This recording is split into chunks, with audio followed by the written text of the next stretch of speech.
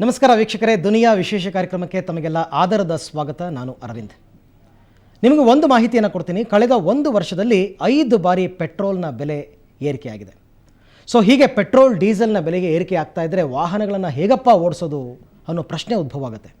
ಆದರೆ ಈಗಿನ ಆಧುನಿಕ ಜಗತ್ತಿನಲ್ಲಿ ವಾಹನಗಳ ಸೌಲಭ್ಯ ಇಲ್ಲ ಅಂತಂದರೆ ಖಂಡಿತ ನಾವು ವೇಗವಾಗಿ ಬೆಳೆಯೋದಕ್ಕೆ ಕಷ್ಟ ಆಗುತ್ತೆ.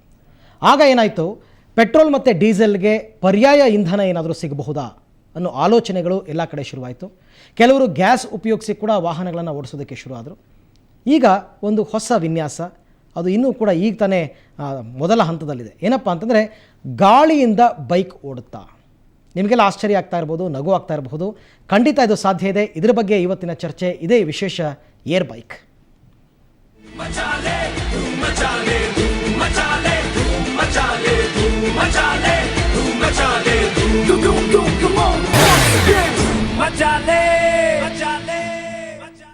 ಸೊ ಬೆಂಗಳೂರಿಗೆ ಸಮೀಪದಲ್ಲೇ ಇರತಕ್ಕಂಥ ರಾಮನಗರದ ಗೌಸಿಯಾ ಕಾಲೇಜ್ ಆಫ್ ಇಂಜಿನಿಯರಿಂಗ್ನ ಮೆಕ್ಯಾನಿಕಲ್ ಇಂಜಿನಿಯರಿಂಗ್ ವಿಭಾಗದ ಅಂತಿಮ ವರ್ಷದ ವಿದ್ಯಾರ್ಥಿಗಳು ಒಂದು ಹೊಸ ಅನ್ವೇಷಣೆಯನ್ನು ಮಾಡಿದ್ದಾರೆ. ಅದು ಏರ್ ಬೈಕ್.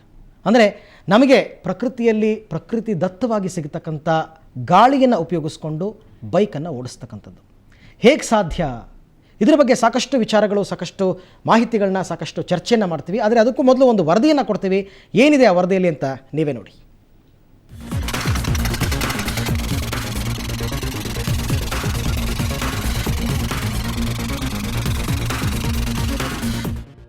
ಇಂದು ಪೆಟ್ರೋಲ್, ಡೀಸೆಲ್, ಗ್ಯಾಸ್ ಇಲ್ಲದೆ ವಾಹನ ಚಾಲನೆ ಕಲ್ಪಿಸಿಕೊಳ್ಳೋದು ಕಷ್ಟ. ಆದರೆ ಅದೇ ಬರೀ ಗಾಳಿಯಿಂದಲೇ ವಾಹನ ಚಾಲನೆ ಮಾಡೋ ರೀತಿ ಇದ್ದರೆ ಎಷ್ಟು ಚಂದ ಅಲ್ವಾ? ಈ ಪ್ರಶ್ನೆಗೆ ಉತ್ತರ ಹುಡುಕಲು ಹೊರಟಿದ್ದಾರೆ ರಾಮನಗರದ ಗೌಸಿಯಾ ಕಾಲೇಜಿನ ಇಂಜಿನಿಯರಿಂಗ್ ವಿದ್ಯಾರ್ಥಿಗಳು.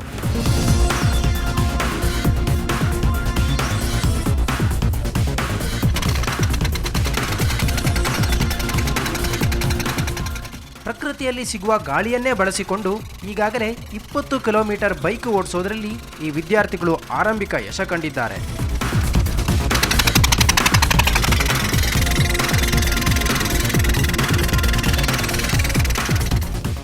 ಮೊದಲಿಗೆ ಎಲ್ಲರ ನಗೆಪಾಟಲಿಗೆ ಈಡಾದ್ರೂ ಬಳಿಕ ಪ್ರಯತ್ನದ ಫಲ ಕಂಡ ಸಂತಸ ಹೇಳತೀರೋದು ಅನ್ನೋದು ವಿದ್ಯಾರ್ಥಿಗಳ ಮನದಾಳ.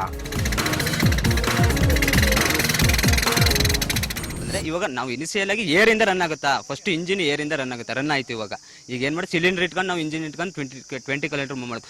ಕಂಪ್ರೆಸರ್, ಸ್ಮಾಲ್ ಕಂಪ್ರೆಸರ್ ಫಿಟ್ ಮಾಡೋದ್ರಿಂದ ಏನಾಗುತ್ತೆ, ರೀಸೈಕ್ಲಿಂಗ್ ಅಟ್ಮಾಸ್ಫಿಯರ್ ಏರ್ನ ಸಕ್ ಮಾಡುತ್ತೆ. ನ್ಯಾಚುರಲ್ ಆಗಿ ನಾವು ಒಂದ್ಸಲ ಸ್ಟಾರ್ಟ್ ಮಾಡಿದ್ರೆ ನೆಕ್ಸ್ಟ್ ನಾವು ಸ್ಟಾಪ್ ಮಾಡಿದ್ರೆ ಅದು ಸ್ಟಾಪ್ ಆಗೋದು. ಅಂದರೆ ನಾವು ಇನ್ನೇನು ಒಂದ್ಸಲ ಬೈಕ್ ಒಂಥರ ಬೈಸಿಕಲ್ ರೀತಿ, ಬಟ್ ಬೈಸಿಕಲ್ಲಿ ನಾವು ಪೆಡ್ಲ್ ಮಾಡಬೇಕಿದ್ರೆ ಪೆಡ್ಲ್ ಮಾಡೋಂಗಿಲ್ಲ. ಮ್ಯಾಕ್ಸಿಮಮ್ 40 ಕಿಲೋಮೀಟರ್ಸ್ ಹೋಗ್ಬೋದು. ಒಟ್ಟಾರೆ ಇಂಧನ ಬಳಕೆಯಿಂದ ಪರಿಸರದ ಮೇಲೆ ಗಂಭೀರ ಪರಿಣಾಮ ಉಂಟಾಗುತ್ತಿರುವ ಇಂದಿನ ದಿನಗಳಲ್ಲಿ ಇವರ ಪ್ರಯತ್ನ ಗಮನ ಸೆಳೆದಿದೆ.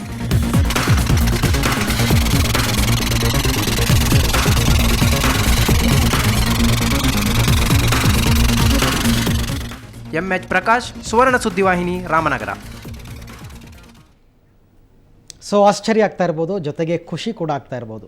ಇದೇನಾದರೂ ಪೂರ್ಣ ಪ್ರಮಾಣದಲ್ಲಿ ಈ ಬೈಕ್ ಬಂದ್ಬಿಟ್ರೆ ಏನಪ್ಪ, ಪೆಟ್ರೋಲಿಗೆ ದುಡ್ಡು ಕೊಡೋಂಗಿಲ್ಲ, ಡೀಸೆಲ್ಗೆ ದುಡ್ಡು ಕೊಡೋಂಗಿಲ್ಲ, ಬಹಳ ಫ್ರೀಯಾಗಿ ಓಡಾಡ್ಬೋದಲ್ಲ ಅಂತ ಅಂದ್ಬಿಟ್ಟು. ಆದರೆ ಇದಿನ್ನೂ ಆರಂಭದ ಹಂತದಲ್ಲಿದೆ. ಇದ್ರ ಬಗ್ಗೆ ಚರ್ಚೆ ಮಾಡೋದಕ್ಕೆ 3 ಅತಿಥಿಗಳು ನಮ್ಮ ಜೊತೆ ನಮ್ಮ ಸ್ಟುಡಿಯೋದಲ್ಲಿದ್ದಾರೆ. ಮೊದಲನೇದಾಗಿ ಗೌಸಿಯಾ ಕಾಲೇಜ್ ಆಫ್ ಇಂಜಿನಿಯರಿಂಗ್ನಲ್ಲಿ ಅಸಿಸ್ಟೆಂಟ್ ಪ್ರೊಫೆಸರ್ ಆಗಿರ್ತಕ್ಕಂಥ ಮೊಹಮ್ಮದ್ ಮೊಹಸಿನ್ ಅಲಿ ಅವರು ನಮ್ಮ ಜೊತೆ ಇದ್ದಾರೆ. ಹಾಗೆಯೇ ಮೆಕ್ಯಾನಿಕಲ್ ವಿಭಾಗದ ವಿದ್ಯಾರ್ಥಿಗಳು, ಅಂದರೆ ಈ ಬೈಕ್ನ ವಿನ್ಯಾಸಕರು ಧನಂಜಯ್ ಮತ್ತು ಮಹದೇವಸ್ವಾಮಿ, 3 ಜನ ನಮ್ಮದಿದ್ದಾರೆ. 3 ಜನಕ್ಕೂ ಕೂಡ ಕಾರ್ಯಕ್ರಮಕ್ಕೆ ಸ್ವಾಗತ. ಸೊ ಸರ್, ಮೊದಲು ಹೇಳಿ ಮೊಹಮ್ಮದ್ ಮೊಹಸಿನ್ ಅಲಿ, ಏನೋ ಒಂದು ಪ್ರೇರಣೆ, ಇಂಥ ಒಂದು ವಿನ್ಯಾಸ ಮಾಡಬೇಕು ಅಂತಕ್ಕಂಥದ್ದು ನಿಮಗೆ ಪ್ರೇರಣೆ ಆಗಿದ್ದೇನು? ಇಂಜಿನಿಯರಿಂಗ್ ವಿಭಾಗದಲ್ಲಿ ಕೊನೆಯ ಸೆಮಿಸ್ಟರಲ್ಲಿ ಒಂದು ಪ್ರಾಜೆಕ್ಟ್ ಅಂತ VTU ಕಡೆಯಿಂದ, ಯೂನಿವರ್ಸಿಟಿ ಕಡೆಯಿಂದ ಇದ್ದೇ ಇರುತ್ತೆ. ಅದರಲ್ಲಿ ಸ್ಟೂಡೆಂಟ್ಸ್ ತನ್ನ ಜೀವನದಾಗಲಿ ಆಗಲಿ ಅಥವಾ ಓದುವಾಗಲಿ ಏನಾದರೂ ಐಡಿಯಾಸ್ ಇದ್ದರೆ ಐಡಿಯಾಸನ್ನು ಎಕ್ಸ್ಪೋಸ್ ಮಾಡಿ ಅದನ್ನು ರಿಸರ್ಚಲ್ಲಿ ತೊಗೊಂಡು ಬಂದು ಒಂದು ಹೊಸ ಇನ್ವೆನ್ಷನ್ ಮಾಡಿ ಹ್ಯುಮ್ಯಾನಿಟಿಗೆ, ಒಂದು ಹ್ಯೂಮನ್ ಕೈಂಡಿಗೆ ಒಂದು ಲಾಭವಾಗಿ ಒಂದು ಇನ್ವೆನ್ಷನ್ ಥರ ಇದಾಗಬೇಕು. ಓಕೆ, ಅದಕ್ಕೆ ನಮ್ಮ ಈ ವಿದ್ಯಾರ್ಥಿಗಳು ಧನಂಜಯ ಮತ್ತು ಮಹದೇವ ಸ್ವಾಮಿ ಅವರು ಇವರು 6ನೇ ಸೆಮಿಸ್ಟರ್ಲಿ, ಯಾನಿ 3ನೇ ಇಯರ್ ಕೊನೆಯಲ್ಲಿ ಬಂದು ನನ್ನ ಹತ್ರ ಅಪ್ರೋಚ್ ಆಗಿ, ಸರ್ ಈಗ ಏರಿಂದ ಯಾಕೆ ನಾವು ಬೈಕ್ ರನ್ ಮಾಡಬಾರ್ದು, ಯಾಕಂದರೆ ಇಂಜಿನ್ ಮೆಕ್ಯಾನಿಸಮ್ಸ್ ಏನಿದೆ, ಪಿಸ್ಟನ್ ಒಳಗಡೆ ಅಪ್ವರ್ಡ್ ಡೌನ್ವರ್ಡ್ ಮೂವ್ಮೆಂಟ್ ಆಗ್ತಾ ಇರುತ್ತೆ. ಹೌದು ಹೌದು.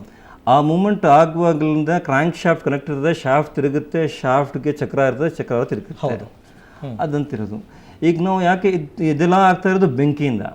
ಪೆಟ್ರೋಲ್ ಬೆಂಕಿಯಾಗಿ ಕನ್ವರ್ಟ್ ಪೆಟ್ರೋಲ್ ಗ್ಯಾಸಿಂದ ಸುತ್ತಲೂ ಸೇರಿ ಕಂಪ್ರೆಸ್ ಆಗಿ ಬೆಂಕಿ ಆಗಿಬಿಟ್ಟು ಒಳಗಡೆ ಬೆಂಕಿಯಿಂದ ಮೂಮೆಂಟ್ ಆಗ್ತಾ ಇರೋದು. ಓಕೆ, ಈಗ ನಾವು ಯಾಕೆ ತೆಗೆದ ಈ ಬೆಂಕಿಯಿಂದ ಏನಾಗ್ತಾ ಇದೆ ಅಂದರೆ ಎಕ್ಸಾಸ್ಟ್ ಗ್ಯಾಸಸ್ ಬರ್ತಾ ಇದ್ದಿಲ್ಲ, ಆ ನಂಬರ್ ಆಫ್ ಗಾಡೀಸು ಜಾಸ್ತಿ ಆಗ್ತಾ ಇದೆ. ಅದಕ್ಕಿಂತ ಏನಾಗ್ತಾ ಇದೆ, ಪೊಲ್ಯೂಷನ್ ಸ್ಟಾರ್ಟ್ ಆಗಿಬಿಟ್ಟಿದೆ. ಓಝೋನ್ ಲೇಯರು ಅಲಾರಮ್ ಕೊಡ್ತಾ ಇದೆ, ಗ್ಲೋಬಲ್ ವಾರ್ಮಿಂಗ್ ಅಲಾರಮ್ ಕೊಡ್ತಾ ಇದೆ. ಅದಕ್ಕೆ ಈ ಹುಡುಗರು ಮೊದಲನೇ ಸಾರಿ ಬಂದು ನನ್ನ ಹತ್ರ ಅಪ್ರೋಚ್ ಮಾಡಿದಾಗ, ಸರ್ ನಾವು ಈ ಥರ ಬೈಕ್ ಮಾಡಿದ್ರೆ ನಮಗೂ ಉಪಯೋಗ ಆಗುತ್ತೆ, ಮುಂಗಡೆ ಹೋಗ್ಬಿಟ್ಟು ಎಲ್ಲರಿಗೂ ಉಪಯೋಗ ಆಗುತ್ತೆ. ನಾನು ಅವಾಗ ಯೋಚನೆ ಮಾಡಿ ಹೇಳಿದೆ, ಹೆಂಗಪ್ಪ ಸಾಧ್ಯ ಇದು, ಏರಿಂದ ಓಡಿಸಿ ಏರಿಂದ ಆಗಿದ್ರೆ, ಯಾಕಂದರೆ ಬೆಂಕಿ ಅಂದರೆ ಪ್ರೆಷರ್ ಆಟೋಮೆಟಿಕ್ಲಿ ಡೆವಲಪ್ ಮಾಡಿಬಿಡ್ತದೆ ಬೆಂಕಿ. ಈಗ ಬೆಂಕಿ ಇದ್ದೇ ಆದರೆ ಏರಿಂದ ಹೆಂಗಿದ್ದು ರನ್ ಮಾಡಬೇಕಂತ ಆವಾಗ ಈಗ ನಾನು ಯೋಚನೆ ಮಾಡ್ಕೊಂಡಿದ್ದೆ. ಯೋಚನೆ ಮಾಡಿದ್ರೆ ಈ ಪ್ರಪಂಚದಲ್ಲಿ ತುಂಬ ಶಕ್ತಿವಾದ ವಸ್ತು ಇರೋದು ಮೆಟಲ್. ಮೆಟಲ್ ನೋಡ್ಬಿಟ್ಟು ಎಲ್ಲ ಕಡೆ ನೋಡ್ತಿದ್ರೆ ಮೆಟಲ್ ಇದೆ. ಅದಕ್ಕಿಂತ ಹೆಚ್ಚು ಶಕ್ತಿ ಯಾವುದಿದೆ ಅಂತ ನಾವು ನೋಡಿದ್ರೆ ಮೆಟಲ್ಗಿಂತ ಜಾಸ್ತಿ ಶಕ್ತಿ ಇರೋದು ಬೆಂಕಿ. ಬೆಂಕಿಯಲ್ಲಿ ಮೆಟಲ್ ಆದ ತಕ್ಷಣ ನೀರಾಗಿ ಹೋಗ್ಬಿಡ್ತದೆ ಅದು. ಈಗ ಬೆಂಕಿಯಿಂದ ಯಾವ್ದು ಜಾಸ್ತಿ, ಇದಕ್ಕಿಂತ ಶಕ್ತಿ ಜಾಸ್ತಿ ಇದೆ ಯಾವುದಿದೆ ನೋಡಿ, ಎಲ್ಲಾದರೂ ಬೆಂಕಿ ಇರಲಿ, ಒಂದು ಸ್ವಲ್ಪ ರೈನಿಂಗ್ ಸ್ಟಾರ್ಟ್ ಆಗಿಬಿಟ್ರೆ, ಮಳೆ ಸ್ಟಾರ್ಟ್ ಆಗಿಬಿಟ್ರೆ ಅದೆಲ್ಲ ಆಟೋಮೆಟಿಕ್ ಹೊಂಟೋಗ್ಬಿಡ್ತದೆ. ಬಟ್ ಅದು ಪ್ರೆಷರ್ ಡೆವಲಪ್ ಆಗಲ್ಲ, ಪ್ರೆಷರ್ ಡೆವಲಪ್ ಮಾಡಲ್ಲ ಅದು. ಅದಕ್ಕಿಂತ ಜಾಸ್ತಿ ಶಕ್ತಿ ಯಾವುದಿದೆ ಇಡೀ ಪ್ರಪಂಚದಲ್ಲಿ ನೀವು ನೋಡ್ತಾ ಇರ್ಬೋದು, ಕ್ಲೌಡ್ಸ್ ಎಲ್ಲ ಇರ್ತದೆ, ಗಾಳಿ ಬಂದು ನಾವು ವೇಟ್ ಮಾಡ್ಕೊಂಡಿರ್ತೀವಿ, ಈಗ ಮಳೆ ಆಗುತ್ತೆ. ಮತ್ತೆ ಮಾತಾಡ್ತೀನಿ ಮಹದೇವ್ ಸ್ವಾಮಿ. ಸೊ ಆರಂಭದಲ್ಲಿ ಈ ಥರದ್ದು ಒಂದು ಐಡಿಯಾ ಬಂತು ನಿಮಗೆ, ಗಾಳಿಯಿಂದ ಬೈಕನ್ನು ಓಡಿಸ್ಬೇಕು ಅಂತ. ಸೊ ನಿಮ್ಮ ಫ್ರೆಂಡ್ಸ್ಗಳ ಹತ್ರ ಎಲ್ಲ ಹಂಚ್ಕೊಂಡ್ರಿ ಅದನ್ನು, ಏನಂದ್ರು, ನಕ್ಬಿಟ್ರ? ಹೌದು ಸರ್, ಸ್ಟಾರ್ಟಿಂಗ್ ನಾವು ಹೇಳಿದಾಗ ನಾವು ಆಕ್ಚುಲಿ ಫೈನಲ್ ಇಯರ್ ಬಂದು ಪ್ರಾಜೆಕ್ಟ್ ಅಂತ 4 ಮೆಂಬರ್ಸ್ ಇರ್ತಾರೆ. ನಾವು ಇಬ್ಬರಿದ್ದು, ನಾನು ಇವನ ಜೊತೆಗೆ ಹೇಳಿದ್ದೆ ಮಾಡ್ಬೋದು, ಈ ರೀತಿ ಆಗುತ್ತೆ ಅಂತ. ಅಂದ್ರೆ ಸೆಮಿನಾರ್ದೆಲ್ಲ ಕೊಟ್ಟಿದ್ರು ಸರ್, ಅಂದ್ರೆ ಸುಮಾರು ಪೇಪರ್ಸ್ ಎಲ್ಲ ಸೆಮಿನಾರ್ ರೀತಿ ಮಾಡ್ಬೋದು ಏರಿಂದ ಬೈಕ್. ಯಾಕೆ ಪ್ರಾಕ್ಟಿಕಲ್ ಆಗಿ ಆಗ್ತಾ ಇರಬಾರ್ದು? ನಾವು ಸೆಮಿನಾರ್ ಕೊಡ್ತಾರೆ, ಎಲ್ಲಿ ಬೇರೆ ಕಡೆ ಎಲ್ಲ ಕಲೆ ಸೆಮಿನಾರ್ ರೀತಿ ಕೊಟ್ಟಿದ್ದಾರೆ, ಬಟ್ ಪ್ರಾಕ್ಟಿಕಲ್ ಆಗಿ ತಂದಿರಲಿಲ್ಲ. ಯಾಕೆ ಪ್ರಾಕ್ಟಿಕಲ್ ಆಗಿ ತರಬಾರ್ದು ನಾವು ಅಂತ ನನ್ನ ಫ್ರೆಂಡ್ ಧನಂಜಯನ್ ಜೊತೆ ಕೇಳಿದೆ. ಇವನು ಡಿಪ್ಲೊಮಾ ಆಟೋಮೊಬೈಲು, ನಾನು ಡಿಪ್ಲೊಮಾ ಮೆಕ್ಯಾನಿಕ್. ಆಮೇಲೆ ಬಂದು ಇವನ್ಗೆ ಪಾಸಿಟಿವ್ ಆಯ್ತು, ಮಾಡ್ಬೋದು, ಮಾಡೋಣ, ಒಂದು ಟ್ರೈ ಮಾಡೋಣ, ಆದ್ರೆ ಆಗ್ಲಿಲ್ಲ ಅಂದ್ರೆ ಅದೊಂದು ಅಟೆಂಪ್ಟ್ ಅನ್ಕೊಳ್ಳೋಣ ಅಂತ ಫಸ್ಟು ಟ್ರೈ ಮಾಡಿದ್ವು. ಇನ್ನೊಂದು 2 ಮೆಂಬರ್ಸ್ ಬೇಕಾಗಿತ್ತು ಅಂದ್ಬಿಟ್ಟು ನಾವು ಎಲ್ಲರ ಜೊತೆ ಕೇಳಿದಾಗ ಅವರು ಪ್ರಾಜೆಕ್ಟ್ ಸುಮ್ಮನೆ ಮಾಡೋಣ, ಅದಾಗ್ಬಿಟ್ಟು ಅದಾಫ್ ಆಗ್ಬಿಟ್ಟು ಇದಾಫ್ ಆಗ್ಬಿಟ್ಟು ಸುಮ್ಮನೆ ಆಗಲ್ಲ ಅಂತ ಯಾರು ಬರಲಿಲ್ಲ ಸರ್.